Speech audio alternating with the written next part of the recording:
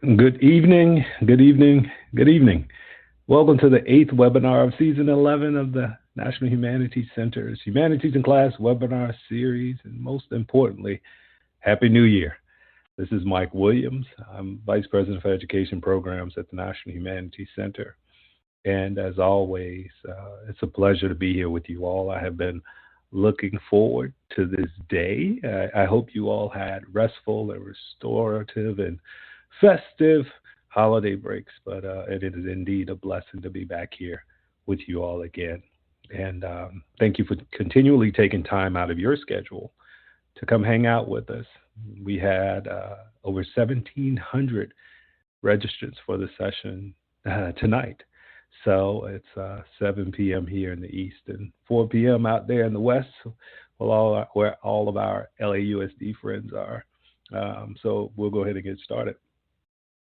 Tonight's session is entitled Designing Care-Oriented Learning Spaces.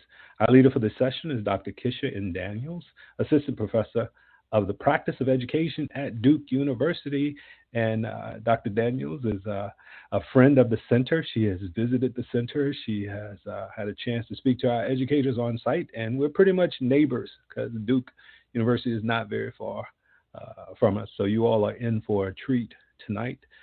This session is designed to be informative, but also interactive. There'll be opportunities for you all to really process the information, but then also there are a few tasks that we'll ask you all to complete throughout the evening, but it's all designed to enrich your classroom environment. So again, super excited for tonight. And again, thank you so much to Dr. Daniels for being here.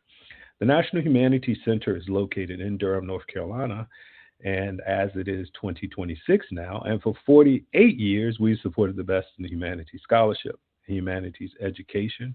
We are, in fact, the only private nonprofit institution devoted exclusively to the study of the humanities. And we take that very seriously across all areas of our programming. Particularly education programs. Education programs serves as that critical nexus between our scholars and you all, our educators. Our goal is to build the bridges between the scholarly world and the everyday classroom. We support our educators at all levels, large majority at the K-12 level, but we do have collegiate and graduate level educators as well.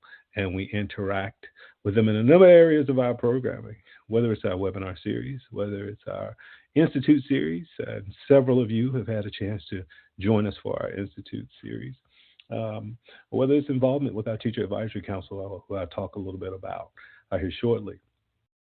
I'm joined by an outstanding team that includes Raven Ferguson and Eve Morris, who are passionate about this work and who are equally committed to ensuring that our program meets the needs of all of our educators.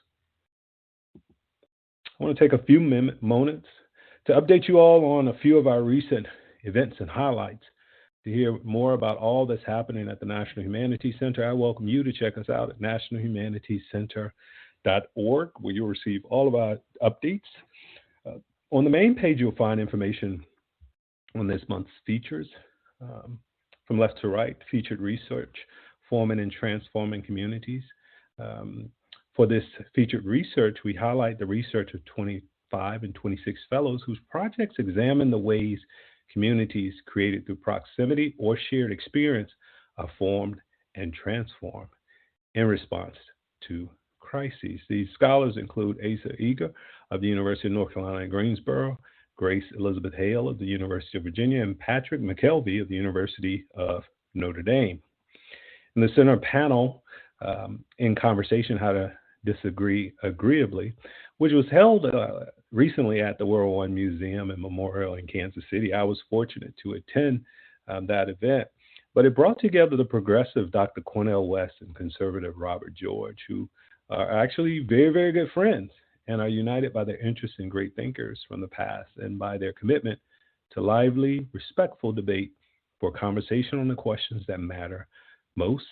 The recording of that event is available on the World War I Museum YouTube page, and you can also access it through our website. And lastly, we're super excited about the 2026 Being Human Festival in partnership with humanists and humanities organizations across the country. The NAC will stage Being Human from April 18th to May 2nd, 2026, featuring a range of public humanities events. This initiative will support the development of programming for diverse, non academic audiences across geographic regions and subject areas. All of this work that I'm describing is informed by a strong, talented, and engaged uh, teacher advisory council. These are educators who we have who are all over the country who give us feedback and who we consult with on various projects. Our 25-26 council began their service year in August, and we have been working with them throughout the year, and they will continue their service throughout the summer. Um, we're fortunate because the teachers who we have with us this year have various areas of experience in our programming, including webinar attendees like you all, online course participants, and the former institute participants as well. All right. If you or your colleagues are interested in checking out recordings of past webinars, please navigate to our webinars landing page and follow the webinar archives link to our dedicated YouTube page, where you'll find our past recordings. Please note that viewings of past recordings are not eligible for CEU and or professional development hours. We will not certify them. You have to be present like you all. You have to join the live session to receive those professional development hours. Tonight's webinar is audio and PowerPoint based, so you will not see Dr. Daniels directly, but you will be able to interact with both of us through the chat box. There are two primary chat boxes. One is the audience chat box where you can interact among each other, and the other is the speaker chat box for any questions that you have for Dr. Daniels throughout the night. So again, continue on with the chat, audience chat, but if you have any questions along the way, I will bring them to her attention at the appropriate time. So please go ahead and enter those questions there. We very much appreciate it. And again, we will, for editing purposes, we will go ahead and let you all know. Thank you again for joining us. You're now attending the webinar entitled Designing Care-Oriented Learning Spaces. Our leader for this session is Dr. Kisha N. Daniels, Assistant Professor of the Practice of Education at Duke University. We also have our TAs for the evening who are members of our Teacher Advisory Council. We have Trisha Daningburg and Daniel Watkins, who are, again, members of this year's council who will serve as TAs for tonight. They will be active in the chat, sharing their thoughts, resources, and asking questions. Kisha and Daniels has worked extensively in the areas of teaching and learning with children, public school teachers, administrators, and university students for over 25 years. She holds a BA in elementary education, master's degrees in school counseling and administration, a specialist certification in curriculum and instruction, and a doctoral degree in educational leadership from the University of North Carolina at Chapel Hill. As a teacher and administrator in large urban school districts, she has devoted her work to utilizing and researching engaging curriculum that supports diverse learning styles. During her academic tenure, she was Associate Professor of Education Leadership and has held joint appointments as Director for the Office of Community Service Learning and the Office of Faculty Professional Development, and was the Principal Investigator, Education Corps, of a National Institute of Health P20 grant, which focused on increasing underrepresented populations to pursue cardiometabolic research careers. Kisha currently teaches service learning courses in the program in education in the African and African American Studies Department at Duke University, where she also advises undergraduates and is the program director of Duke Engage Chicago. Notably, she is actively involved with building and sustaining community partnerships in an effort to extend the scholarship of teaching through service learning. This has guided her path to focus on teacher quality, collaborative teaching, and community engagement, to which he is credited with published books, journal articles, a University Teaching Excellence and International Research Awards. Her most recent publication is Creating Caring and Supportive Educational Environments for Meaningful Learning. Again, you all, we are fortunate to have Dr. Kisha and Daniels here with us this evening. Dr. Daniels, thank you for joining us. We are looking forward to your talk. Thank you very much. I'm so excited to be here. Thank you, everyone who has joined us tonight. What a wonderful introduction. I love listening to those bios because I start thinking to myself, wow, I really have done a lot, haven't I? And so I do feel like I'm in a good position and a good person to be here to talk to you all about this tonight. I don't know how closely you all listen to that bio, but I'm sure one of the questions that may be on your mind is, how is it possible? And this, of course, are for people who know a little bit about the university rivalries here in our great state of North Carolina and our Triangle area. I'm sure you may be asking yourself, wait, how is it possible that she graduated from the University of North Carolina at Chapel Hill? Tar Heels, that's what I just want to also share with you, because we are in basketball season, by the way, but yet has now found herself across the way at the other university, the Duke University, the Blue Devils. Now, for those of you who don't know anything about our rivalry, it's a hot one. It is a hot one. And it is something that we care and love deeply about in our state. And so I tell everyone, you can love two things at the same time. It is absolutely okay. So that gives you a little bit of another opportunity to kind of hear a little bit about where I am located.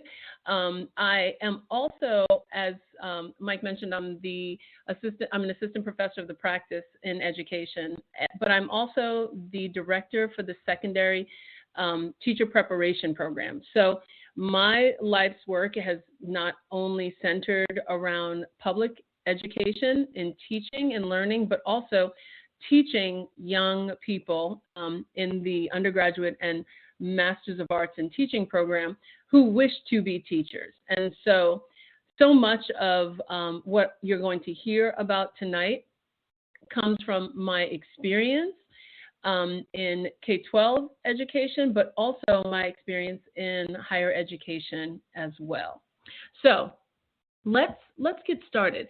As difficult as it may be, I want to get to know you all as best as I can. And so one of the ways that I like to do this is to familiarize myself a little bit more about you and your, believe it or not, communication style, even though I won't hear from you right out loud, but for you also to learn a little bit more about me. It is always, I think, important to try to find niches and nuances of community in any space that we find ourselves in, since we will be a community of learners for the next hour-ish and then some. And so what I want you to know about me is, clearly, I'm as professional comes. But at the same time, when I get really invested in speaking about a topic that I love, I get relaxed, and I really enjoy learning from those who are in sessions with me. And sometimes, when you get relaxed, you see people as family and friends, and your language might shift, right? So I like to call this a cultural term of endearment. And what I mean by that is it's a way that my language may, words, phrases, right, that might pop in and out of our conversations and as I'm presenting. And you might hear me from time to time say something like y'all, right? Y'all might be a cultural term of endearment. It's non-binary. It is my way of being inclusive. But for people who are not from the South, y'all might sound a little informal. And in many cases, it is. In North Carolina, I would say it's about as formal and informal, right? It kind of shares two spaces. So if you hear me say y'all, it really is a cultural term of endearment. It means I feel really comfortable in this space. I have a service learning research assistant, a student who I work with, and I noticed that when she feels very comfortable in spaces and is very excited about what she's sharing, her cultural term of endearment is, oh no. And she doesn't mean it in a negative way, like, oh no. It could be that, but it's really more of an affirmation, like, oh no. It almost to her means yes. So I want you to think about, what is your cultural term of endearment? Just pick one. What is a phrase or a word or a language pattern that you might find you use often? And I'm looking at some of our audience chat, and I see someone who's saying, oh, they use y'all all the time, and they're not even from the South. And I love that. Thank you so much, Becky. Mi amor corazón, right? Precious child, my heart, my love in Spanish. And that is perfect, right? That's something that she might say all the time. Oh, thank you. Oh, my days. That's amazing. Oh, sunshine, I want to hang out with you. That is wonderful. I'm loving seeing this. Use. Yes, girl. Thank you, Anne Kathleen. That is another one. I am so excited to see these coming through. It's making me already feel more connected to you all. Oh, and they are coming in fast and furious, Mike. I'm loving this so much. Dude is one. Okay, so I don't know if any of you all out there have teenagers or preteens. I have 3 young adults at home, and I hear bruh a lot. I don't know about anybody else, but that is one I'm so ready to retire. Thank you all. Thank you so much. Yes, keep them coming. Child, yes, child comes out too. Thank you. Yeah, I have to stop my semi-adult children from the bruh, because I'm like, no, we're not doing that. Thank you all so much, and please keep them coming. I always love to hear about those cultural terms of endearment. Thank you. So let's talk a little bit about how I got here. Here, not as in presenting to you all, because I always love presenting my content, so to speak, in my research. But how did I get here to the place of wanting to think about care-oriented learning environments? And it's a large story, but it's encompassed really by this idea of listening to people, right? Listening to students, listening to teachers. My work is grounded in a research method called oral history.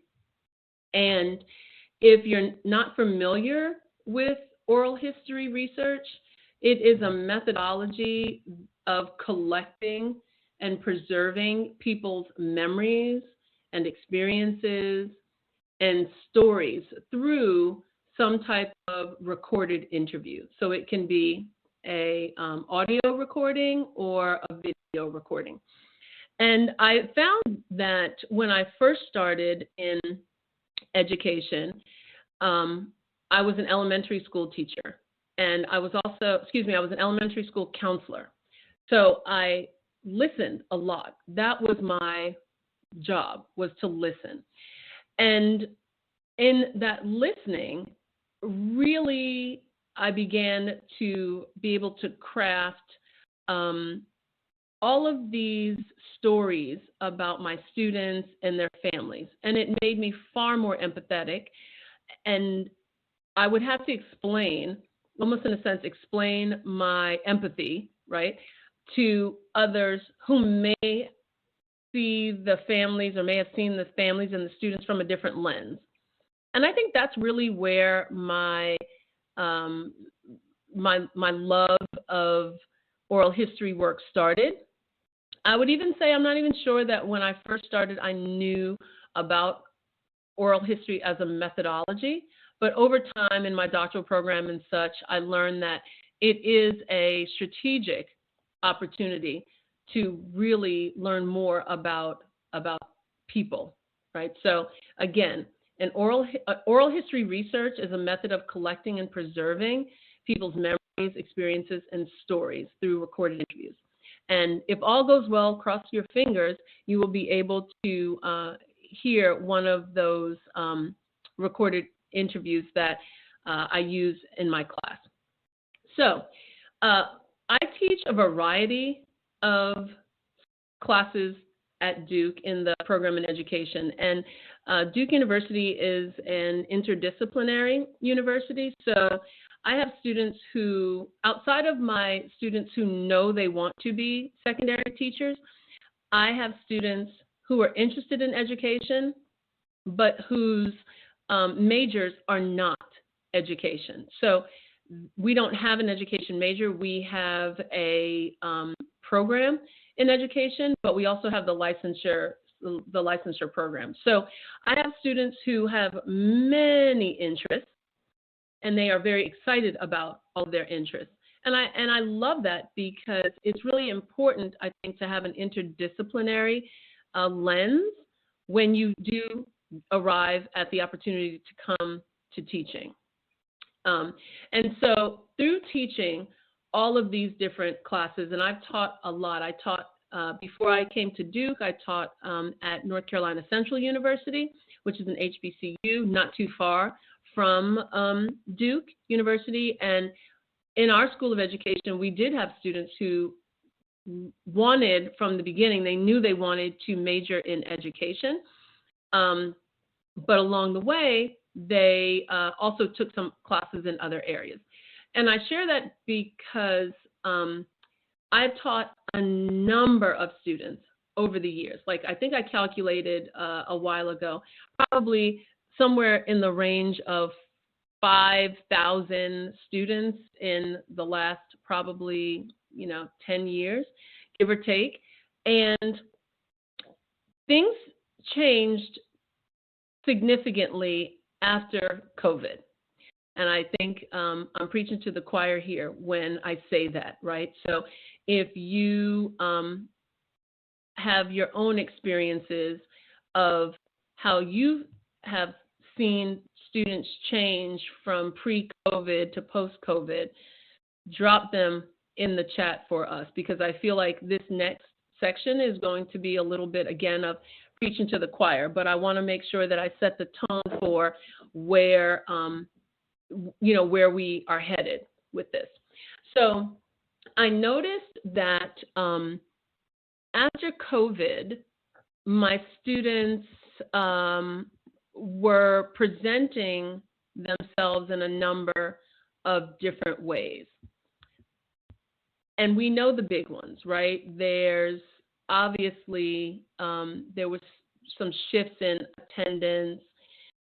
And what I noticed was the largest shifts came at the hands of engagement, right? So research across multiple countries, right, and data sets shows that students continue, even now, right, and we're not really that far out of COVID, but students continue to be affected academically, socially, and emotionally long after what the research is calling the acute phase of COVID-19 pandemic, right? That was the years late 2019 into 2021, early 2021. So that's the acute phase. Key findings from a number of recent studies, right, looking at what we have, I'd say, in the last 2.5 years, 2.5, 3 years, are abundant. Like there are lots of studies now, but we will continue to learn more as the years progress. You know, we're not out of the woods. We're really not by any stretch of the imagination. Some highlights do note that the impacts of that acute phase of COVID extend well beyond academics, right? Attendance, engagement, behavior, most importantly, mental health, right? Those are all of the components that kind of rise to the top. Those are what the data is showing. But there's probably a lot of other things underneath the surface that we don't quite yet know what to do with, right? What we're dealing with. What though this shows us is and tells us is that there is a need for some type of holistic recovery strategies that address both cognitive and social emotional domains, right? So I think what we need to be thinking about are not just one or two strategies, but a number of different strategies. And so when I noticed that this is what I was seeing, so we have this data that shows this, but even before the data, I think we probably can all say, yeah, we saw that. We saw that coming, right? We could have done that research study because you live in oral histories all day long, right? You don't need to be in a doctoral program or a master's program to our work is tied to listening and noticing and observing and recording stories. And so what that led me to think about, though, was because I was seeing so many students, particularly with the engagement piece, there was such a lack of engagement. Students felt, or I think I saw that students were disconnecting, right? And that, it bothered me a lot, that this disengagement, this decrease in attention span was so obvious to me that I was like, something has to change, right? However I was teaching before was not going to cut it. It just wasn't. And I tried. I was like, oh, we're back, yay! Masks on, masks off, whichever you wanted, however you wanted to show up, we were going to make it happen. But things were still not vibing. Students were so much more sad in many ways, and not just emotionally sad, but they just felt like they were moving like in slow motion. And I'm loving so much of what I'm seeing in the chat, right? I think along with that acute COVID phase, students were on their phones so much more that most definitely contributes to it. I think one of the interesting components of this is to understand that when these researchers, are studying these issues, because they are so intertwined, it's often really difficult to tease out the variables. So what we might be attributing solely to the pandemic, we also have to think about, well, when they were out of school, right, and on Zoom or limited face-to-face contact, they also were on their phones. So how much of it were phones, right? So we've got a lot that we are that we're working with here. While robust quantitative data, specifically tracking attention span, pre-COVID versus post-COVID, it's still developing. Teacher observations, engagement research, cognitive studies provide really credible evidence that attention and engagement challenges in students are still persistent, and they are an important feature of post-pandemic learning environments.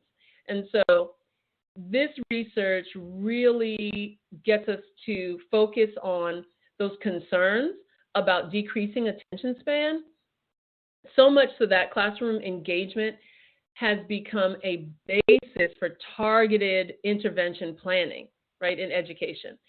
And I'm sure we're going to see a large-scale longitudinal data still come out down the line, right, down the line. So I particularly chose to answer this call by focusing on designing learning spaces with a care orientation. And I'll discuss this a little more in depth shortly, but I want to give you an opportunity to think about what care looks like and or means to you. So let's light this chat up, and I want you to drop in or type in, I'd say 3 to 5 characteristics, adjectives, descriptive phrases that align with your definition of care. So thank you, David. David said care includes listening, right? So let's think about that. What does care look like to you? What are phrases, adjectives, descriptors that you can share with all of us about what care means to you? So I see advocacy, empathy, listening, assisting needs. Thank you. I love it. Being there. Yes, absolutely.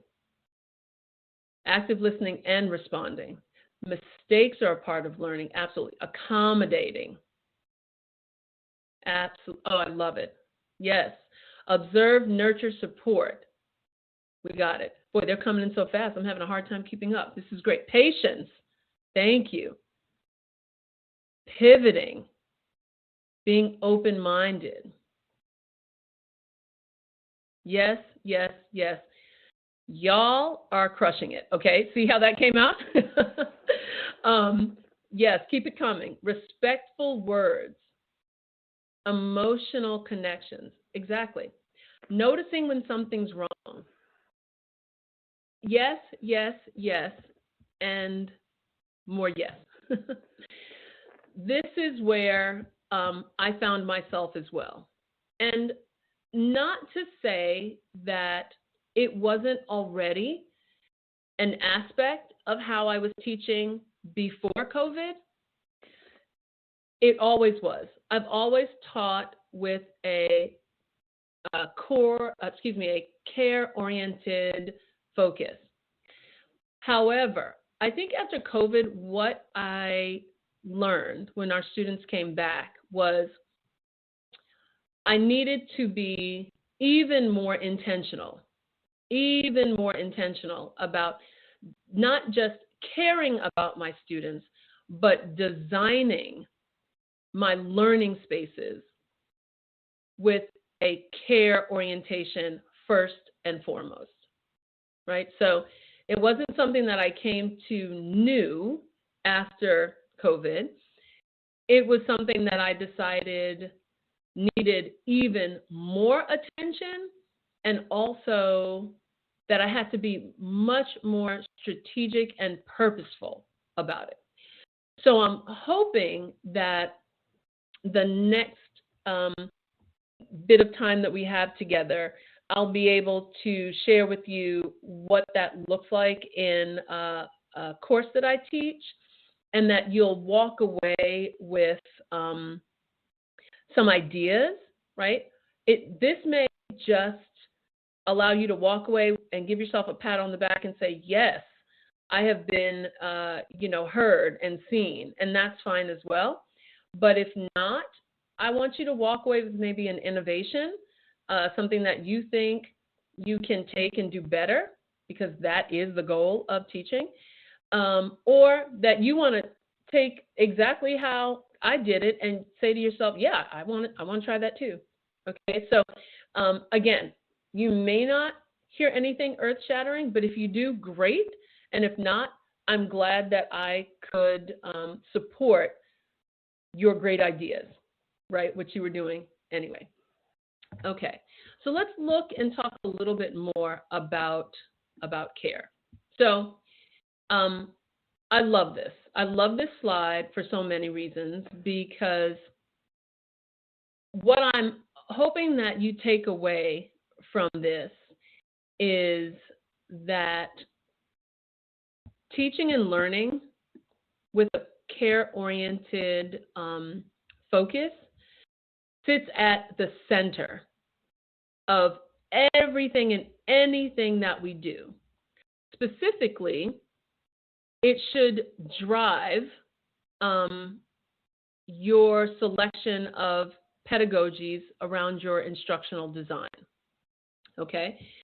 And so for me, I use a number of different pedagogies all at one time that lead me back to this centrist idea of teaching and learning using care. Care-centered teaching should sit at the center and or intersection of all of the pedagogies that you pull from, rather than, I think, us thinking that it's owned by any one single theoretical lens, right, or any one pedagogy. So in my coursework and the way that I design instruction, I use 6 different pedagogies, right, that all work together to help me design these care-oriented learning spaces. The first one is engaged pedagogy. So I am a huge fan of the work of Bell Hooks. And if you don't know about Bell, y'all need to learn about Bell. Her, I think, early foundational understanding of engagement really, I think, spoke to me as a early teacher and continues to speak to me all the time. Like, I reread Teaching to Transgress anytime that I can, because I learn something new every single time.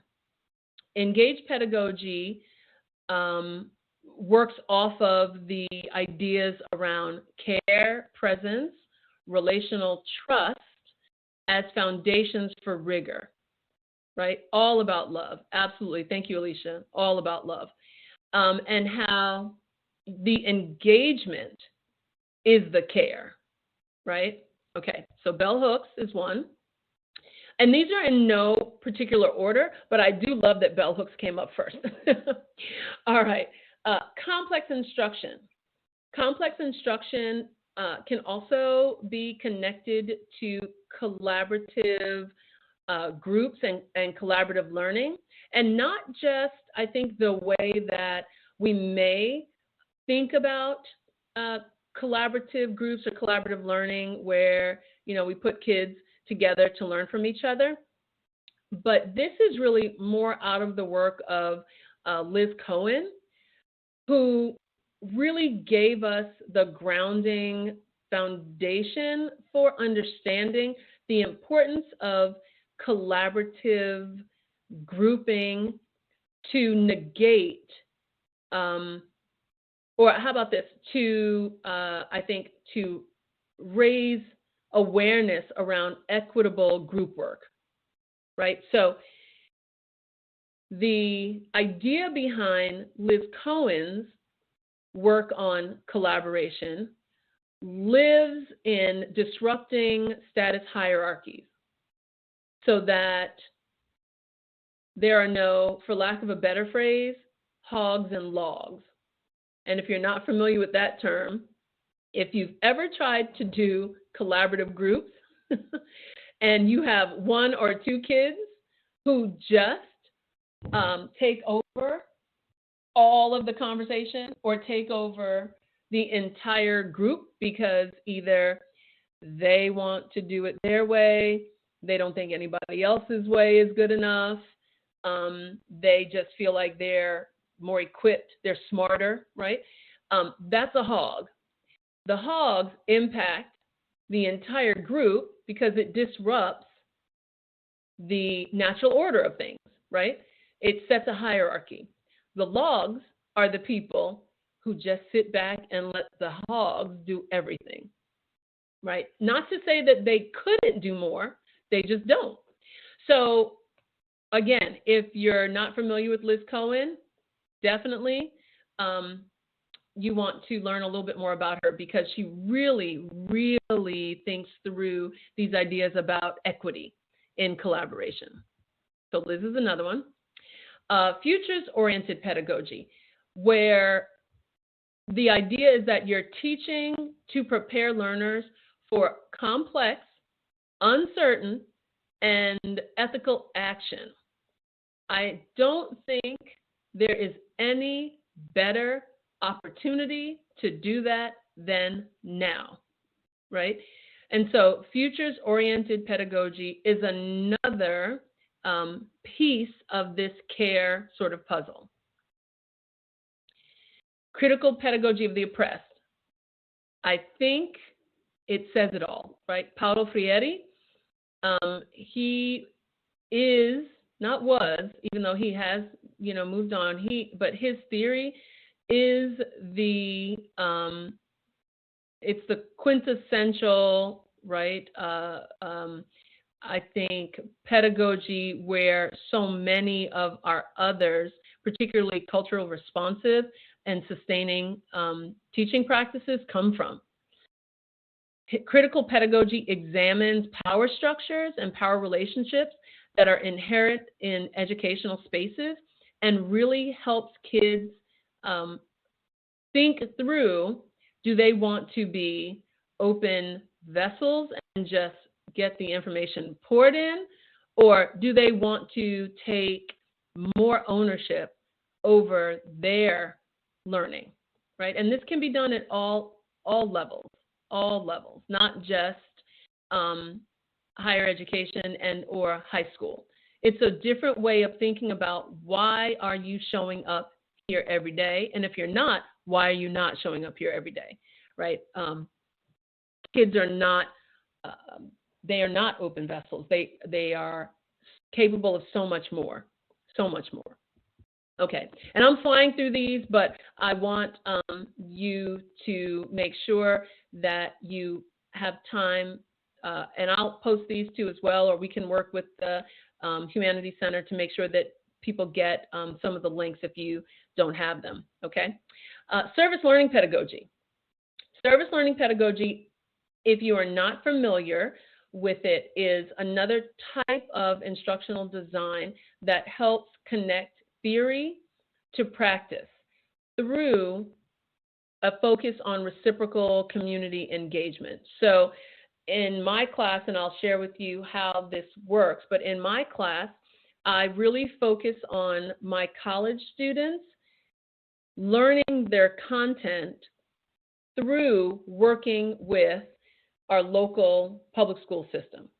So we work collaboratively with a teacher from a Durham Public Schools classroom to teach their North Carolina Standard Course of Study standards, which helps my students learn their content, whether it's teacher preparation or other.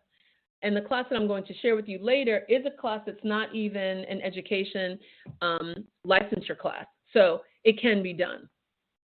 All right, so service learning pedagogy. And then lastly, reality pedagogy. Another one. If you aren't familiar with Christopher Emdin, he, I don't know where he is actually a professor at the moment. He's gone around to a few different universities. He was at Columbia, and then he went to Skidmore College for a while. I'm not quite sure where he's at right now, but he is one of our more contemporary educational theorists whose work in reality pedagogy centers student voices, their cultures, and their lived experiences. And so if you had to have an umbrella, his pedagogy and theoretical lens would probably fall under culturally sustaining practices, right? Along with probably Gloria Ladson-Billings and a few others who are out there. But so that's probably where he would center. So I use all of these pedagogies, right? Because again, the idea is that these all work together. No one pedagogy owns care-centered teaching. It's always a combination. If you are, leaving from this session at the end inspired, you don't have to use 6 pedagogies. This has come over my 30 plus years, right, of being an educator and really honing in on, I'm taking a little bit of this and a little bit of this and a little bit of this. But start with 2 or 3, right? And absolutely remember that it's centered. Pick and choose. That's what we do as educators. We pick the best things and we go from there, okay? So yes, I'm looking at the chat and noting that you all want authors with text links if possible. All right, I will make sure that that's something that we get to you. Okay, so now that you understand where my instructional design comes from and sort of lives, I want you to think about how you build elements of care in classrooms. And that was the question that I asked myself, right? In my work with my students, I focus on, at the very beginning, and I revisit it quite often, with a social contract. And so we're going to talk a little bit more about this idea of what a social contract really is. The definition, right? The clear definition. A social contract is not just about rules, and I'm going to say that again multiple times because it's very important to not think about a social contract for care and how we live, teach and learn and live in spaces as just expectations, right? This is not what we do at the beginning of the year. Okay, here are our behavioral expectations. That is not a social contract. A social contract is an implicit or explicit agreement that defines the mutual rights, responsibilities, and expectations between individuals, right, and the larger community, or some would say an authority. Doesn't have to be an authority, right, but it's really the larger community. So we want to be thinking about a social contract with regard to trust, responsibility, and shared purpose that collectively makes the work easier and possible. That's the thing, easier and possible. So let's think about who has an explicit, like what professions already explicitly have social contracts? Because I would rather say that for it to be viable, a social contract has to be explicit, right? And if it's implicit, the explicit agreement still should be there. It still should be there. So let's look at different professions. So take a look and see about these different professions and drop into the chat, for instance, this one right up here to the top left is a lawyer, right? Lawyer-client social contract, explicit social contract. What do we know that to be? Yes, thank you, doctors. I love it. Thank you, Rebecca. You see the doctor there, right? Let's go with doctors since you put that one in there. A doctor has an explicit, and nursing care professionals, absolutely, explicit social contract to do no harm. Although I had a friend, a doctor friend, who told me that the Hippocratic Oath actually does not specifically say do no harm, right? However, we all know it to be that way, and so I'm going to stick with that because I really want them to do no harm. So psychologists, right, counselors, the explicit social contract of a counselor is confidentiality, right? An explicit social contract of a realtor seems like a simple one, right? Is I have your best interest at heart, therefore I'm not going to try to undermine our relationship in order to sell somebody else a house. That's what they should do, right? What about journalists? What do you think is the explicit social contract that is built on trust and expectations that, yes, to bring us honest news. Thank you, Shannon. Right? To bring us the truth, to share facts with us. Civil servants. So someone said, isn't that implicit? Implicit and explicit. Well, I want to say I hope it's explicit. They should be doing that. Protecting the source, right? So there are unbiased reporting. Thank you. Yes, there we are. There we go. Get the truth out. Get all sides. Yes. What about civil servants, police officers, right? There's an explicit social contract, right? They have their own contract that they should be following. So here's the thing. The social contract is evident.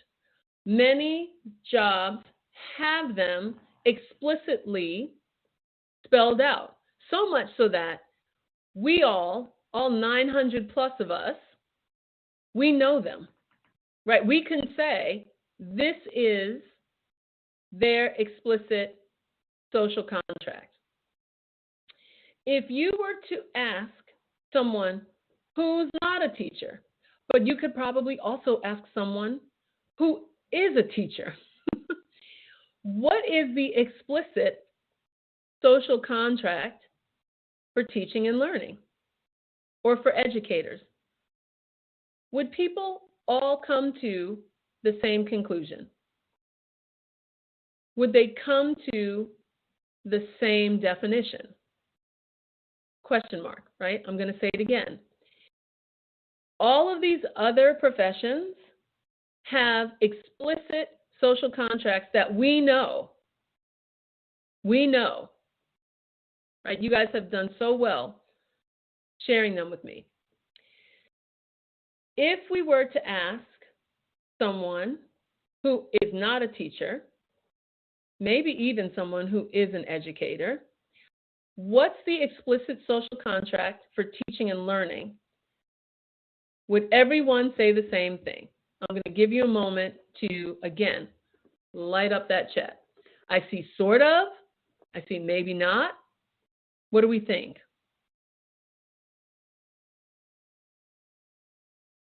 Yeah, keep it coming.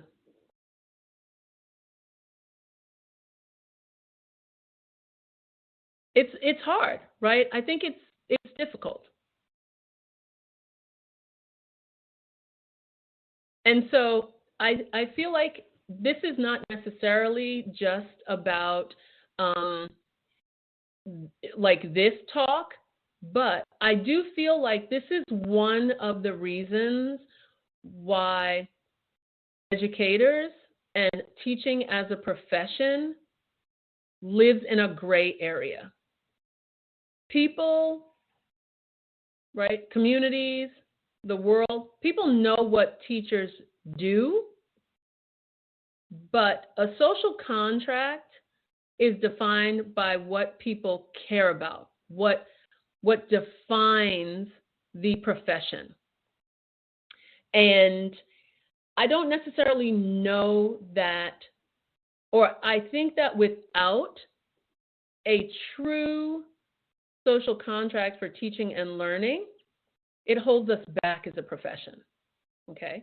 I'm going to leave that there because that is for an entirely other webinar that we could have. But I've seen enough of you all sharing, no, not really, I'm not sure, I don't think so, enough to feel like we are a consensus here.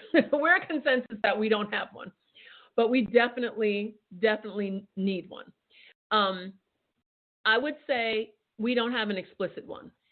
I think an implicit one is that in education,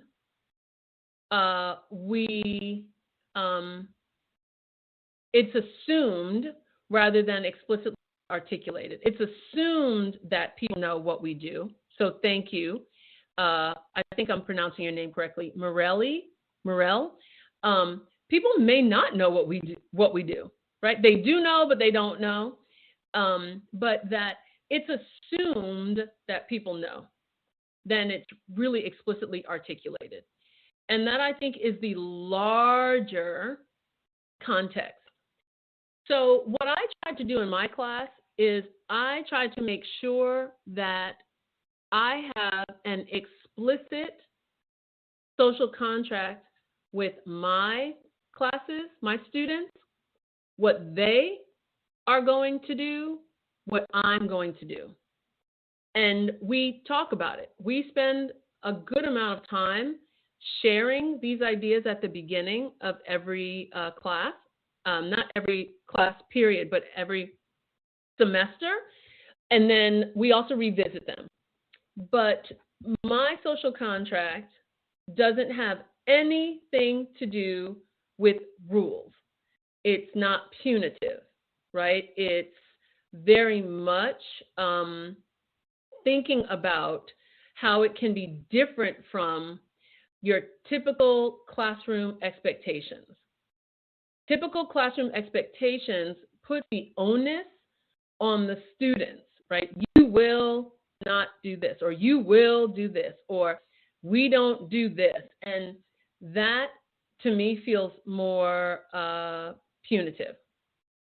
So I try to think about a social contract that is reciprocal, that builds on all of those theories, right, that I shared at the few slides ago, right? So we're thinking about engaged pedagogy, service learning pedagogy, futures-oriented pedagogy, reality pedagogy, critical pedagogy of the oppressed, and et cetera, collaboration, right?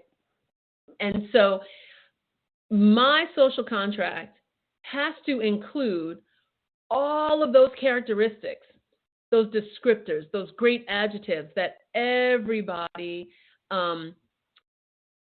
shared at the very beginning of what does care look like and mean to you. And when I create a social contract, if it doesn't look like that, then it's probably, I need to go back to the drawing board. And I have to help my students understand that this is not a gotcha, right? So their language needs to be the same. And I really feel strongly that when you start with that, it sets the tone for everything. All right, so I'm going to stop. Before I share with you my social contract, let's go ahead and take some questions. How about that? I have been talking a long time. I'm glad you guys are jumping in. So go ahead and shoot me some questions. Let's see. Good deal. Okay. Yeah, All right. thank you. Can you help me with that? No, no problem. Thank you. Thank you all so much for your questions. Um, let's see. I'm going to start from the top and I'll go down. Sure.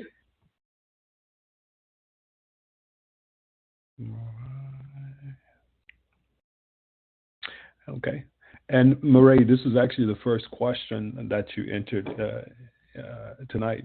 Do you think the shifts that you are referring to after COVID could be attributed more so to mobile devices instead of the pandemic? And again, I'm Yeah. going back a little ways, but Hmm. I'll just scroll through them. Yeah. I mean, I think it's a layered quandary that we're finding ourselves in, right? And so Hmm. I think we knew before the pandemic that children's K-12 and young adults' reliance on screens was already on a slippery slope, getting out of hand. And then I think we were in a position during COVID where we couldn't necessarily monitor it. And we were also contributing to the problem because we were having them be on Zoom and all these different devices for Hmm. 6 hours a day. So unfortunately, we contributed to it in some ways. Now they're back and we're telling them, no, no, no, put those phones away, right? Put those phones away. So it's a larger issue that I think we just still need to keep track of. Definitely. Mm. Okay, thank you. All right. I feel I care about them when I listen to them about their everyday life, how they're doing, listening, giving the confidence that they are not being judged. However, I feel many students come to the classroom carrying invisible burdens, emotional, social, and economic. How can I or any teacher design learning spaces that acknowledge these realities without turning the classroom into a therapeutic substitute? Thank you, Paramala. I believe that's it, Paramala. Mhm. Yeah. Yeah, I mean, gosh, this is part of the again, the I think burden of this wonderful profession that we are all a part of, right? What I tell my student teachers, and I really wholeheartedly believe it, is you can't be everything to everybody, right? And so the way that our school systems are designed is to have like a vortex of care surrounding them. That's how it's designed. Whether or not it always works like that is a different right situation, and it may depend on the school that you're at. But we have counselors, we have social workers, we have other people who are in the school building to support students, and that is really by design so that teachers don't have to do everything and be everything to everything to everybody. Now, obviously, I'm not saying be devoid of empathy, but oh, my students come to me and they want to share, that I can listen, but then I'm going to make sure that I let you know who would you like to speak more about that, right? Not in a bad way. It's just there that you can't do everything. You just cannot do everything. And so but I will say that, having these opportunities to build in care and empathy in other ways that are designed around your instruction helps. I really do feel that it helps. But you also have to know that you can't do it all. At least that's completely how I see it. You cannot do it all. Definitely, definitely understandable. Okay, we'll take one more. Uh, could the relatively arbitrary way students are graded be a weakness in the social contract for educators? Interesting. Okay, Yeah, so very much so. very interesting. So I will say this: I don't have, I don't ever put those words together, arbitrary and grading, in my class. I do not give students busy work. I don't want it. I don't want to grade it, right? And so if I am giving students a grade for something, it means that I'm taking the time to also give them feedback. A grade, in my opinion, is not feedback. It is one variable that shows a student one small piece about how they are giving me back the information, but it's not full-on feedback. So I don't give grades just for grades. Now, another way perhaps you could be interpreting or want me to interpret arbitrary grading is how we kind of got into this very murky space during the COVID times, where we were, a lot of school systems, I would say, not we, but a lot of school systems were encouraging teachers to give grades for things that we probably wouldn't have given grades for before the pandemic, right? So if you show up 10 times in a semester, you pass. Now, I'm being facetious when I say that, but I have a feeling that that's not far off from some district grading, right? Grading changes. And now that we're back, it's like, okay, no, we need to get back to the way that things were. But for so long, we let students give marginal effort because of what we were going through. And marginal effort yielded high grades on paper, right? So they got A's and B's for things that they probably would not have gotten A's and B's before. So that, I think, is different. That's a district thing. But so, yes, mastery grading, experiential components to educational content where students can show you that they are teaching or learning something through teaching someone else. That is what I see as being very important. But busy work, tasks, no. Everything has to be thoughtful and purposeful. And not everything has to be graded, right? That's the other thing. And again, that's probably a whole nother webinar.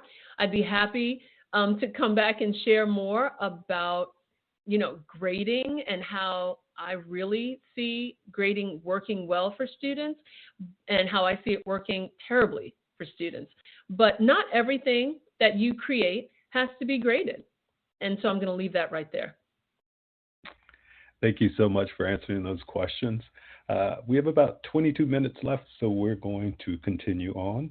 All right. Again, everyone, if you have any questions, just enter them in the Q&A chat, and if we have time, we'll get to them. But yes, thank you all for your questions. Yes. Okay, so let's take a look at what a social contract might look like in real time, or as my students will tell me, IRL, because everything has to be shortened down. So in real time, what does mine look like? There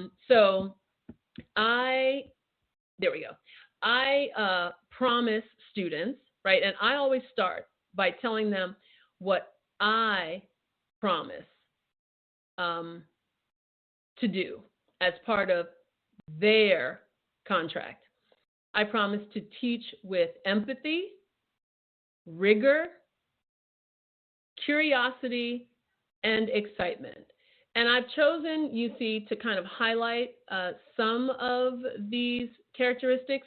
They all matter to me, but I want to just spend a moment or a few moments on the highlighted ones, right? Because rigor is always a given.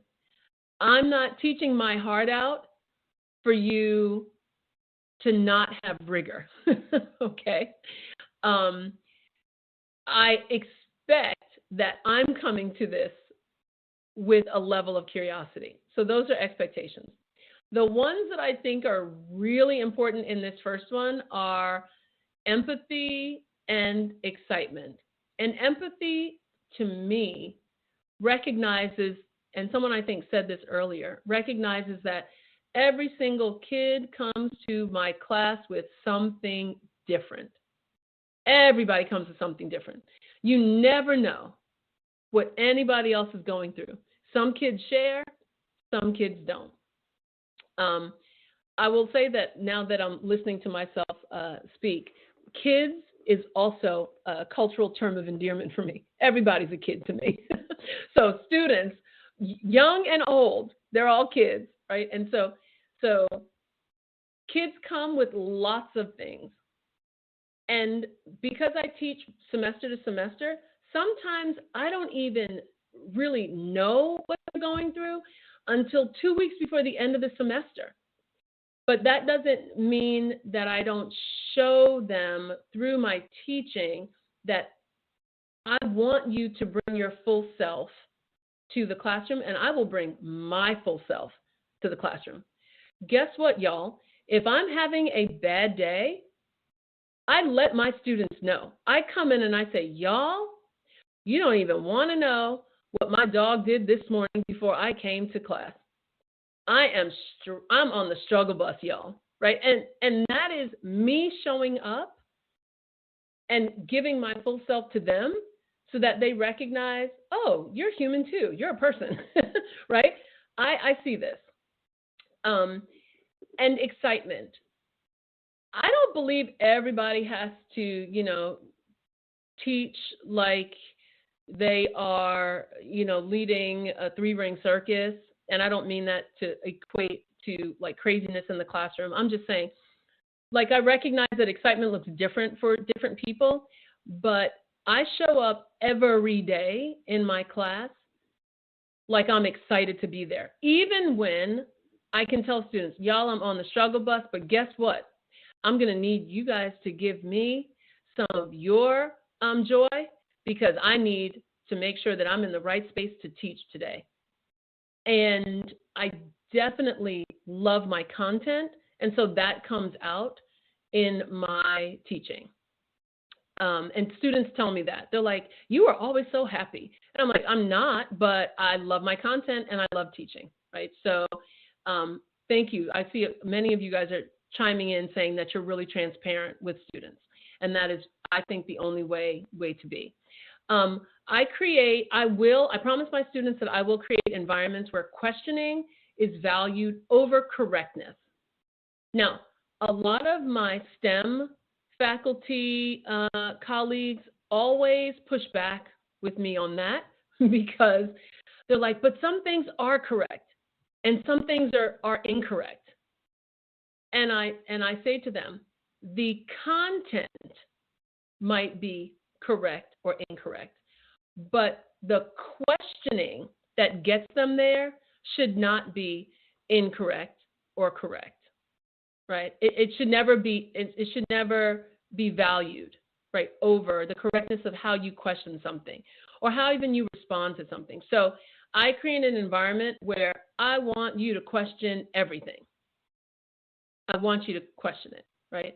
That also plays into pedagogy of the oppressed, that balance, thinking about that balance of power. I want students to recognize that I want to listen and learn from them, and I promise to do that all the time. I don't always know the answers. And even sometimes when I do know the answer, I want them to think that they got me where I am. That's okay. That's humbling yourself again, right? This one presents a problem for a lot of our teaching friends, maybe no one on this webinar, but who really do see themselves as the sage on the stage, right? Listening to and learning from students and student experiences tends to be difficult when you think you're the only one who can be right about something.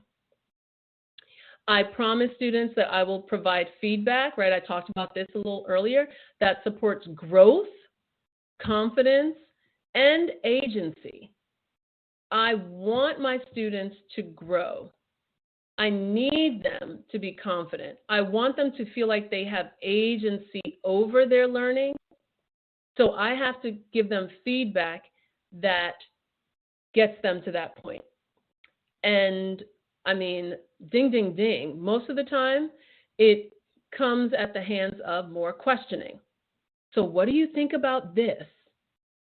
So I think this. Is there anyone who disagrees with me? Right? Not is there anyone who agrees with me. Is there anyone who disagrees with me? And surprisingly, a lot of students, because of their over reliance on being taught how to do school, right? A lot of students don't want to challenge you. And that's that pedagogy of the oppressed, right? That oppressed oppressor kind of thing again, the balance of power.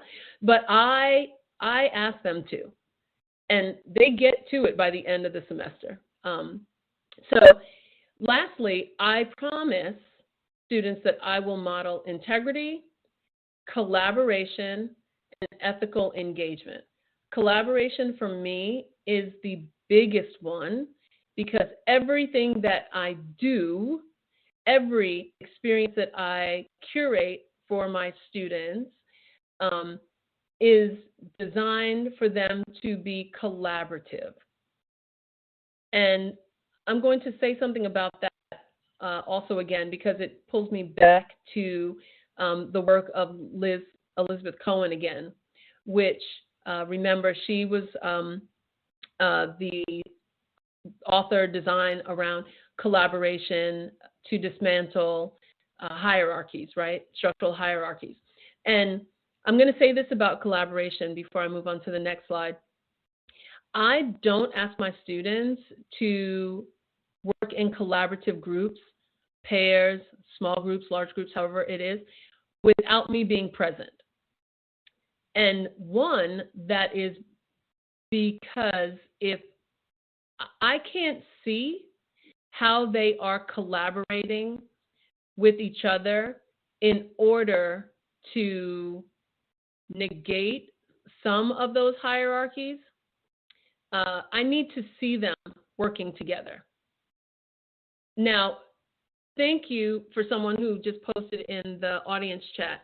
When I say everything is designed to be collaborative, I mean the projects or activities that they get feedback on. The majority of those in my courses are collaborative. They most definitely have opportunities to have individual assignments on their own to show me that they know, but the majority of their, so if we think about the I do, you do, we do, a lot of their we do is collaborative, if not all of it is collaborative. A lot of their I do is actually also collaborative. I probably spend such a short amount of time lecturing that students get used to it down the line, but initially they're like, wait, you're just not going to talk to us? No, I'm not just going to talk to you. Because collaboration is what I promise to bring, okay? So when we kind of take all those other words away, guess what we're left with? Empathy, excitement, questioning is valued over correctness, listen to and learn from, growth, agency, and collaboration. I think just skimming this, probably it's 90% of those care definitions or characteristics that you all posted right at the very beginning. And you didn't even know this was coming. So this is what I love about teachers. We can always be there for each other. All right, so now let's talk about what my students do and commit to do in return. Now, this is one that obviously I worked on with them, but this is one from this last semester.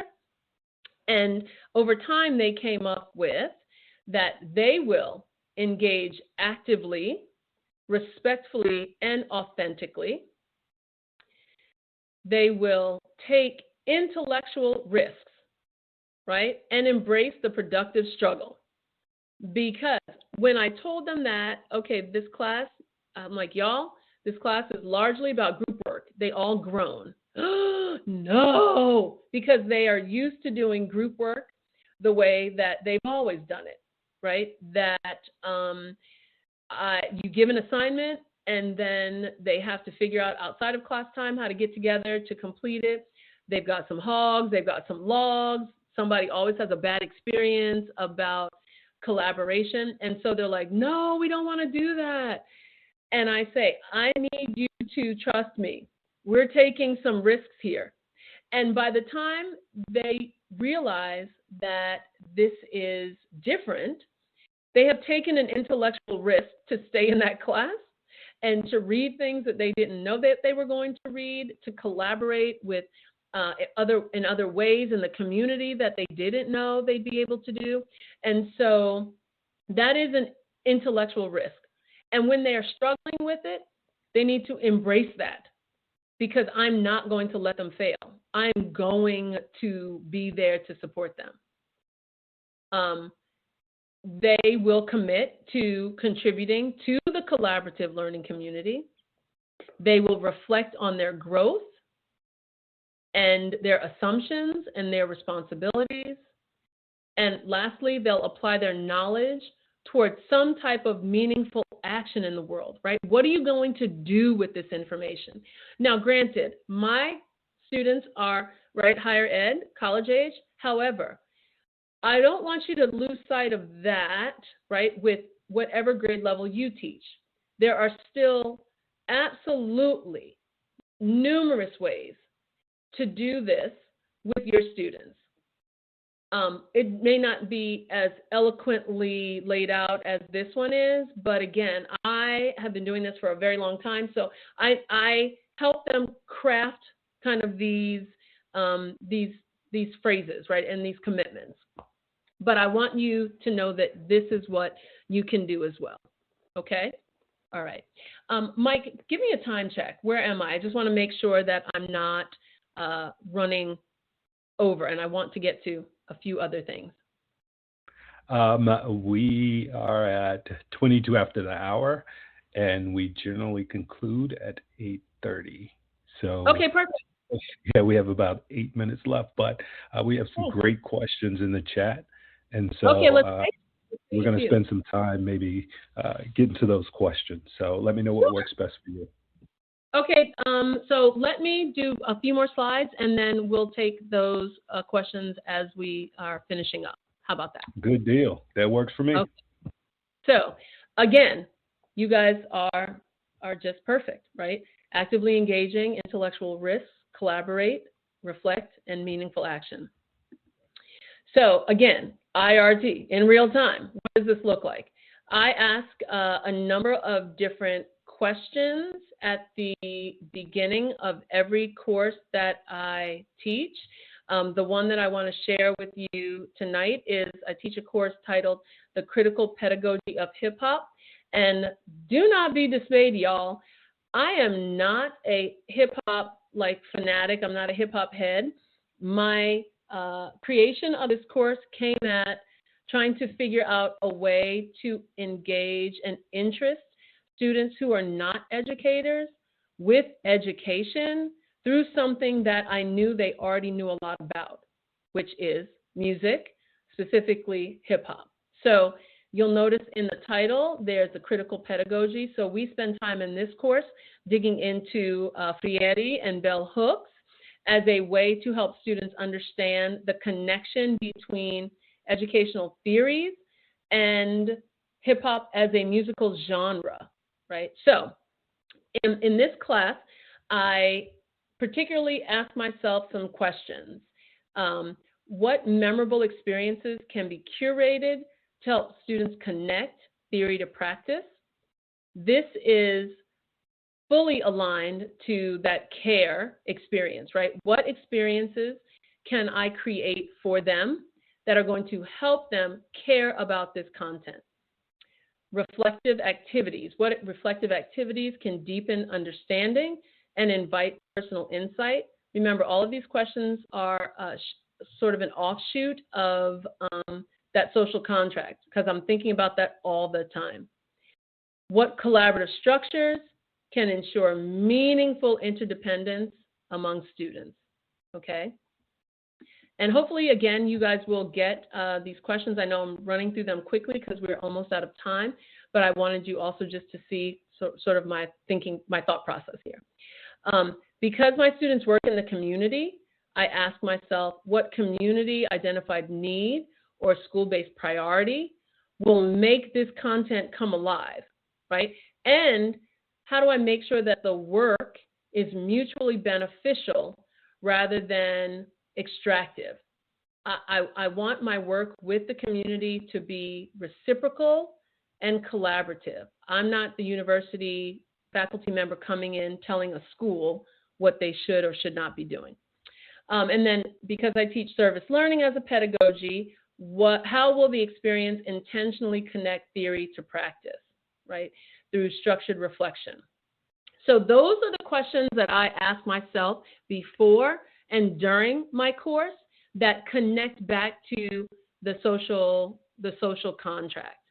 And I have spent 4 or 5 years perfecting this and working with different classrooms in Durham Public Schools. And just to show a few pictures, the thing that I love about the pictures and not just the projects is my students smile a lot. And that tells me that I'm doing something right. So these are just pictures of them collaboratively working and smiling. And I love that. And then at the end of a semester, after they have worked together, I ask myself and them, how does or did our collaboration change your understanding of the community, yourself, and any of the shared work that we were trying to accomplish? All of these things together roll themselves up into the care-oriented, strategically considered teaching strategies, right? It's not just one thing, it's many things. And it's also not just about being a nice person, right? You can be a nice person and still not have a care-oriented classroom. So it really speaks at the heart of being strategic. All right, I'm going to stop there and let's take some questions in the last few moments that we have. All right, good deal. Okay, so again, everyone, thank you so very much for your questions. We're only going to take a few, and then we're going to close out. Questions from Victoria, who is not very far from where we are. I have a lot of friends where you are, Victoria. Higher ed, at least in the community college environment in North Carolina, is moving in the direction of more 8-week classes. Do you see this as an obstacle to creating care-oriented spaces? If so, how can we overcome the obstacles? That's a great question. I hope my university does not do that. I could barely get done what I need to get done in 15 weeks, let alone 8 weeks. However, I will say that as a director for Duke Engage Chicago, which is a community and content-oriented experience, we do that in 8 weeks, but I see them every single day. And yes, I think it is difficult. It would be difficult to do anything in 8 weeks because I think to do that would be overlooking the importance of relationship building. And sometimes you're just getting to know them at week 8, right? And I couldn't imagine doing anything in that short of amount of time.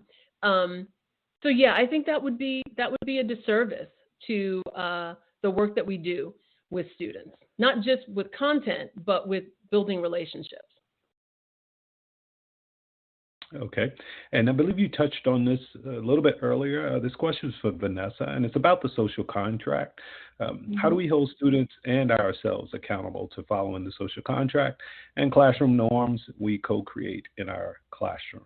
If you'll touch on that. I love that. Yes, it's like anything else, right? When we learn a new language, we have to use it every day. You can't just learn a few vocabulary words and think somebody's going to drop you down in another country and you're going to be able to speak it.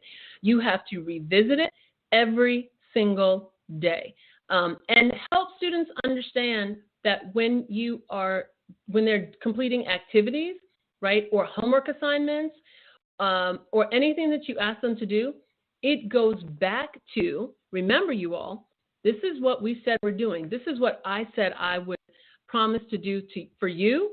So this is what you promised to do for your classmates and for me. Go back to it every single day. You have to use it or you will lose it. I love that. I love that. Thank you. And Avia, do you think students should be graded on their effort towards mastering standards? Graded on their effort. Yeah, that is hugely contested, but I say yes. Now, I say that, but also know that what you decide to be a grade is going to be very individualized, right? I definitely would grade for effort, but what does that look like? So, if we're talking about grading as a theoretical assessment of learning, that means there has to be some type of feedback. So, if you put in effort, but your effort looks different from someone else's, I'm not going to give you a grade, but I am going to give you formal written and or verbal feedback that helps you understand where I need your effort to be. And if it's higher, you're going to know that. But I'm not going to give you a grade, like a letter grade for effort. The letter grade is something that they make me give you. I want to give you feedback, right? So that you get to mastery. But mastery will look different for every single student. Perfect. Thank you. And we'll take this last question from Hassan, and then we'll wrap up everyone. Again, everyone, thank you so much for entering your questions. I think we set a record tonight for our first webinar of the year, particularly for the chat responses, and the questions that we've had. I hope this continues. Hassan's question is engagement can be especially challenging in online learning environments where we don't see students face to face. What strategies have you found effective for fostering cognitive, behavioral, and emotional engagement in virtual classrooms? That is an excellent question. And look, that's like another webinar as well. I it really think is. really is. It can be done. It just has to look different. Unlike this webinar, when I teach online classes, I don't always require my students to turn their cameras on. I know some people think that that's really important, and I often do, but I also know, again, coming from a place of empathy, you don't know what students are going through. So I try to get them engaged in other ways. I use breakout rooms all the time to simulate collaboration.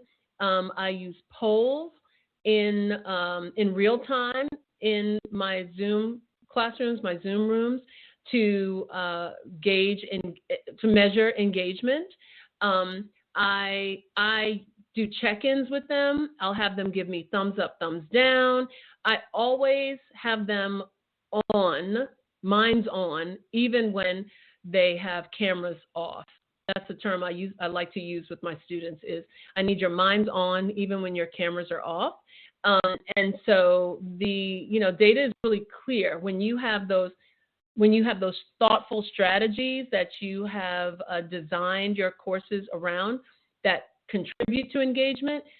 Students are so much more deeply invested in their learning, and so that's really the goal. Right? That's the goal, is that deeper investment in learning. So I hope that, again, that could be its own webinar, but I hope that I gave you some things to take away. Well, I love that. I wish I had the slide that said to be continued, because I certainly want to listen. I want to revisit this, and we'll talk offline about that. But sure. Seriously, I appreciate you. We've known about your work for some time now. And again, we had a chance to bring you into the Institute last summer on site, and now just being here with us. So again, thank you so much. If you look at the chat, everyone is, typing their expressions of gratitude and saying completely thank you for it. So, wow, we truly appreciate you and all that you're doing, particularly on campus, but then outside in the Durham community as well, which means so very much. And so there are so many takeaways for our teachers who are here tonight. So again, we encourage you all To continue to follow us on our various social media channels. I mentioned our landing page, our homepage. There are updates. The next time we get together, we'll have some institute updates for you in terms of what we have offered for the summer. If you go to education program section, you'll see that we have opened our registration for our Teaching African American Studies Institute, which is going to be hosted for second year at Prairie View A&M University in partnership with the Ruth J. Simmons Center for Race and Justice. But again, if you would like to find out, again, all that's happening at the NHC, follow us at National Humanities or NHC Education. And if you will, consider supporting the humanities education programs. The NHC education programs provide a bridge between the academic world and the working classroom. Your gift, no matter how modest, can open up a world of ideas for teachers and rekindle their enthusiasm for the subjects they teach by providing the knowledge and tools they and their students need to make a difference. Next up, we will return on January the 22nd with Trisha Cox, the Teach Rock Method, Arts Integrated Pedagogical Approaches for History, Music, and Critical Thinking. If you have not had an opportunity to follow the work of the Rock and Soul Forever Foundation, which was created by Stevie Van Zandt, Little Stevie, please check them out at teachrock.org. There are ample resources that are available for you. Those of you who have connected with us throughout the years, some of you took the online course. One of the first online courses that we ran back in 2019, we partnered with the Teach Rock and the Rock and Roll Forever Foundation, now Rock and Soul Forever Foundation, to create that course. Well, Trisha is going to be here with us, and so if you have not already signed up, please sign up for that session. Again, thank you all for showing up and continually being here with us. We have occupied enough of your time for this evening, so we're going to send you on your way. If I can assist with anything, please do not hesitate to reach out to me at mwilliams@nationalhumanitiescenter.org. Take care and be well. Can't wait to talk to you later.